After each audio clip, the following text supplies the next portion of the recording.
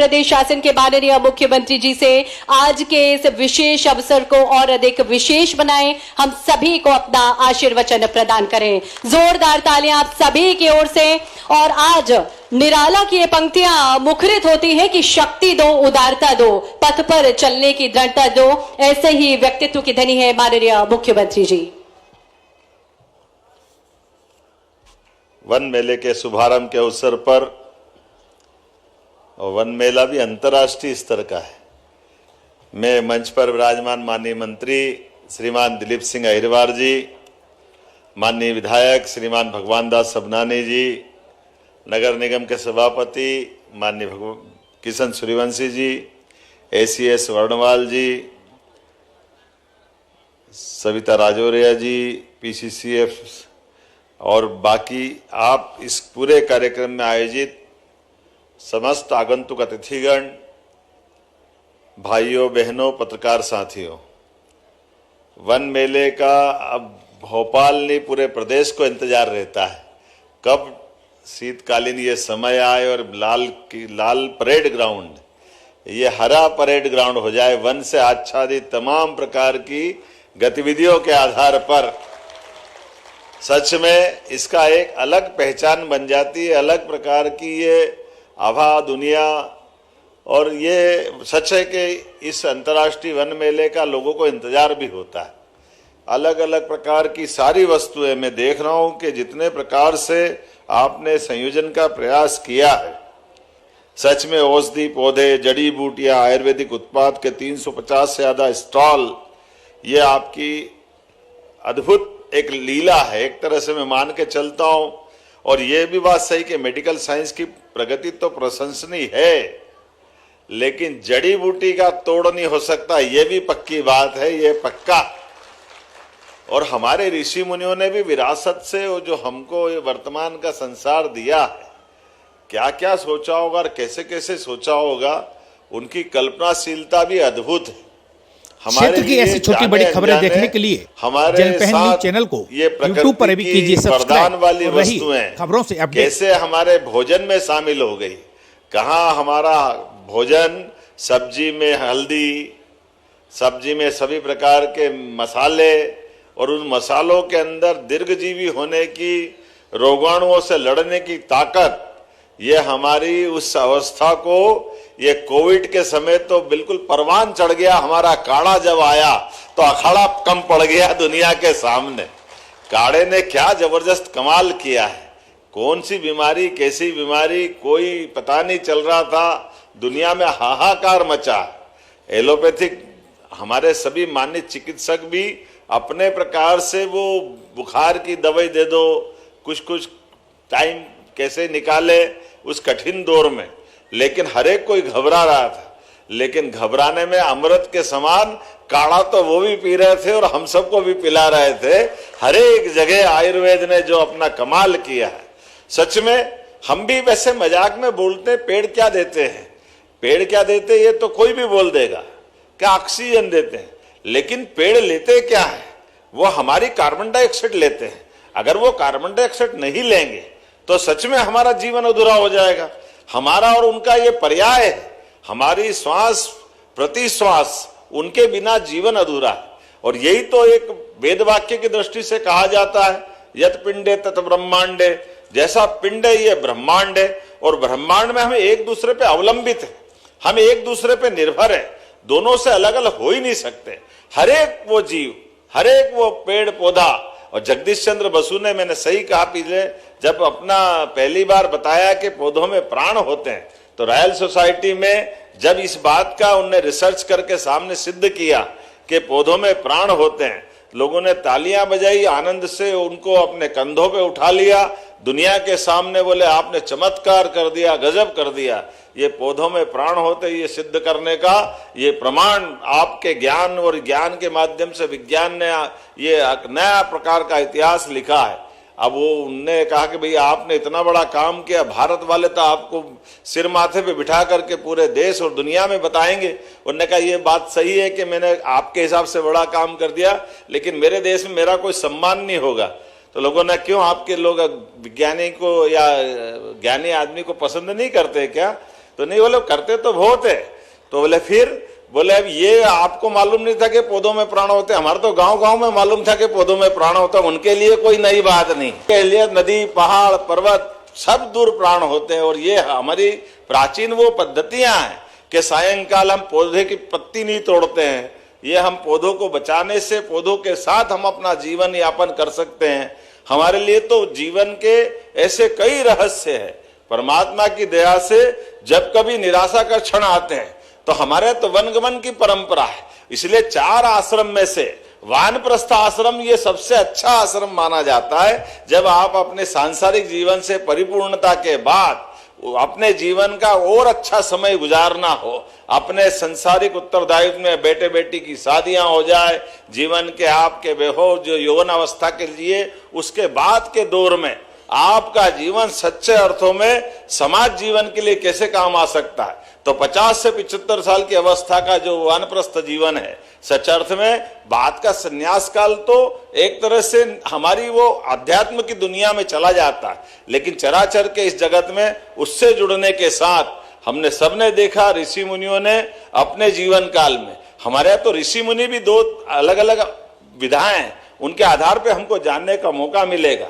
One जाने के लिए ऋषि अपने यौवन काल में कम खर्च में अपने जीवन के माध्यम से परिवार भी बसाना, लेकिन परिवार के रहते रहते ऋषि अपने ऋषि पुत्र, ऋषि पत्नी, ऋषि परिवार के साथ समाज में वनों के माध्यम से भी वन के अंदर अपने सब प्रकार से जीवन यापन करते हुए हमारे लिए न्यूनतम आवश्यकता के साथ, संसार के साथ जीवन जीते जीते हजारों साल से ये ऋषि परंपरा इतनी उत्कृष्ट रही है कि हमारे देश की पहचान ऋषि मुनियों से रही है। इसलिए जीवन के सारे उलझे सुलझे प्रश्नों के उत्तर हमारे ऋषि मुनियों ने निकाले। मैं आज के इस अवसर पर इतना भी बताना चाहता हूं कि वन की भी कोई सीमा नहीं होती थी। राज्य शासन काल के पुराने राजा महाराजे की पद्धति में ना हमारे ऋषि मुनियों को किसी सीमा में बांध सकते थे, वो सारी दूर निर्बाध रूप से आने जाने के लिए स्वतंत्र होते थे। हजारों साल की वो परंपरा, वो सच में ये गिलोय का काढ़ा और ये जिस प्रकार से बाकी जड़ी बूटी है, लेकिन आपने भी अर्जुन, आंवला, हर्रा, बहेड़ा को जिस प्रकार से आधुनिक संसाधन के साथ अभी विमोचन भी कराया। अब हम तो आमतौर पे महुआ नाम सुनते घबरा जाते हैं, लेकिन महुआ का भी लेप आप इतना बढ़िया बना रहो, ऐसा लगता है कि नया दौर का नया समय आया। जोरदार अभिनंदन करें हमारे ये नए नए प्रकार के उत्पादों के लिए। और ये वन्य जीवनों के आधार पर हमारा जो आयुर्वेद है वो तो कायाकल्प तक तरफ ले जाता है। ये बात सही है कि जैसे यत पिंडे तत ब्रह्मांडे, हमारे शरीर के साथ, अपने शरीर के रहस्यों के साथ प्रकृति ने कितना अद्भुत संयोजन दिया है। हमारी सारी दवाइयां कई बार एलोपैथिक की कमजोर पड़ जाती है, लेकिन आयुर्वेद बढ़ के हाथ पकड़ती है तो उम्र बढ़ जाती है। सारी चीजों का अलग से एक दौर निकल जाता है। वात, पित्त, कफ और तमाम प्रकार की कितने आयुर्वेद की बात भी ढूंढो तो ऐसा लगता है कि कदम कदम पर, लेकिन आयुर्वेद के माध्यम से अपने ये अदरक की, तुलसी की, सर्दी में आने वाली चाय भी कितना आनंद देती है।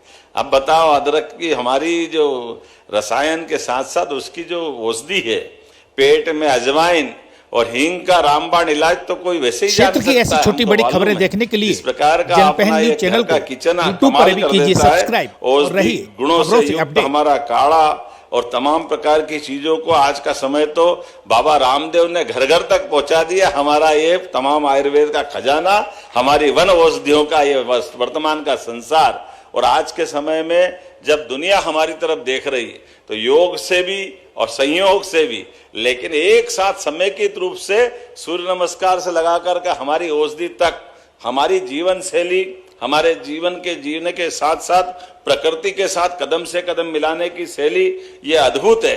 ऐसे में मैं अपनी ओर से वेलनेस की दृष्टि से भी हमारी सरकार के बनने के बाद मुझे इस बात का आनंद है कि पहले केवल 7 आयुर्वेदिक कॉलेज थे, एक साल में हमने 8 नए आयुर्वेदिक खोलने का, आयुर्वेदिक महाविद्यालय खोलने का शासकीय स्तर पे भी निर्णय किया। प्राइवेट पे तो हम बढ़ ही रहे हैं, लेकिन वेलनेस सेंटर के आधार पर, हमारी तमाम प्रकार की मनोऔषधियों के आधार पर, ये हमारी संपदा, हमारी वन्य समितियों के माध्यम से समय बदल रहा है, कितने प्रकार से काम चल रहा है, क्या क्या काम चल रहा है। मैं बधाई देना चाहता हूं, आपने भागीदार बना करके वो सारी चीजें जोड़ने का प्रयास किया है। ऐसे में इस मेले में 10 विभाग द्वारा वन्य प्राणी, इको टूरिज्म, आयुष, औषधि, पौधे, अनुसंधान, जैव विविधता इत्यादि की प्रदर्शनियां भी लगाई है और 50 से ज्यादा स्टॉल में 50-80 आयुर्वेदिक डॉक्टर और 100 पारंपरिक वैद्य भी अपनी सेवा देने को तैयार है। और इस मेले में पहली बार ट्राइबल आर्ट, अकाष्ठी वनोपज प्रसंस्करण का जीवंत प्रदर्शन किया जा रहा है। दोना पत्तल निर्माण, सबई रस्सी बनाना, शहद के प्रसंस्करण, बुदनी के खिलौने, लाख और गोंड के आर्ट, ऐसी कई कलाओं के लिए कितने प्रकार से संयोजन किया गया। और मेले के अंदर फूड जोन में भी 26 स्टॉल लगाए गए, जिसमें बांधवगढ़ के गोंडी व्यंजन, अभी तो मैंने खाए नहीं लेकिन सुन के पानी आ रहा, मुंह में मजा आ रहा है, अपने आप में इतना बढ़िया बनता। छिंदवाड़ा की वन रसोई और अलीराजपुर का पारंपरिक दाल पानिया।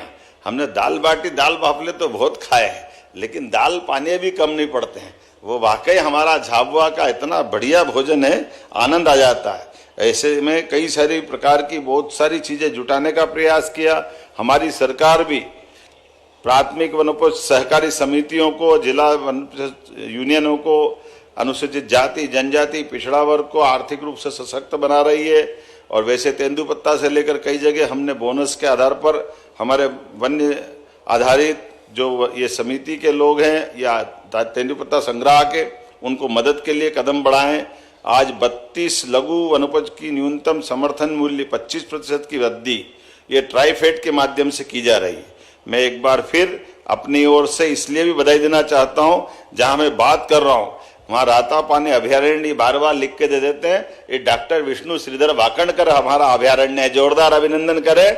भोपाल का ये हमारा टाइगर भी, अब टाइगर रिजर्व पार्क भी बहुत अद्भुत ऊंचाई हासिल कर रहा है। उसी प्रकार से माधव नेशनल पार्क भी उसी प्रकार से जरा ये नवा है।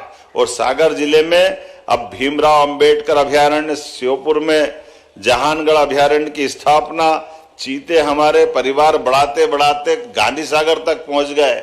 और हमने अगला इसी जुलाई तक का टारगेट 2026 में नोरोदही अर्थात रानी दुर्गावती के नाम पर जो अभयारण्य बनेगा, जहाँ एक साथ टाइगर, चीता, तेंदुआ, ये सब प्रकार से हमारा वन समृद्ध होगा। ये हमारा अपने आप में बड़ा संकल्प भी है। आइए आपके साथ टाइगर स्टेट, चीता स्टेट, वल्चर स्टेट, घड़ियाल स्टेट, लेपर्ड स्टेट, और इसके अलावा भी अब तो गेंडे और जिराफ भी लाने की हम सोच रहे हैं। किंग कोबरा तो आ ही रहा है, कितने प्रकार से क्या क्या सोच रहे हैं। मैं अपनी ओर से एक बार फिर हमारे इस वन विभाग की विविध गतिविधियों के लिए अपनी शुभकामना देता हूं, बधाई देता हूं और उम्मीद करता हूं कि इसी प्रकार से हम अपने वन आच्छादित मेलों की विशेषताओं को लेकर समाज के सामने आएंगे।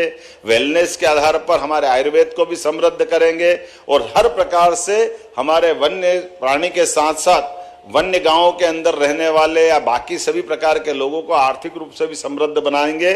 और सशक्त प्रधानमंत्री के नेतृत्व में सशक्त भारत और सशक्त मध्य प्रदेश बनेगा। जोरदार अभिनंदन माननीय मोदी जी के लिए भी। सच में मोदी जी ने आयुर्वेद को इतना बढ़ाया और आयुर्वेद को इतना अपनाया भी है, वो हमारे लिए आदर्श भी है। और आज के इस दौर में, आज के इस समय में सब प्रकार से भारत के अंदर इन सारी गतिविधियों को बढ़ाने के लिए मोदी जी का आशीर्वाद मध्य प्रदेश को सदैव मिलता रहता है। मेरी अपनी ओर से एक बार फिर आप सबका वंदन, अभिनंदन और मेले के शुभारंभ की मैं घोषणा करता हूं। बहुत बहुत बधाई। भारत माता की। हार्दिक धन्यवाद माननीय मुख्यमंत्री महोदय। और निश्चित ही माननीय मुख्यमंत्री जी के व्यक्तित्व में शक्ति भी है, उदारता भी, और विकास पथ पर चलने की अदम्य दृढ़ता भी। एक बार जोरदार तालियों के माध्यम से माननीय मुख्यमंत्री जी का धन्यवाद ज्ञापित करें कि ऐसा सक्षम सबल नेतृत्व हम सभी को मिला है। और अब आगामी क्रम में बढ़ते हुए हम आग्रह कर रहे हैं प्रधान मुख्य वन संरक्षक एवं प्रबंध संचालक डॉक्टर सविता राजौरा जी से आज के इस कार्यक्रम में माननीय मुख्यमंत्री जी को स्मृति चिन्ह भेंट करें। साथ ही हमारा आग्रह डॉक्टर सविता राजौरा जी से ही हमारे अन्य सभी मंचासीन अतिथियों को स्मृति चिन्ह भेंट करें।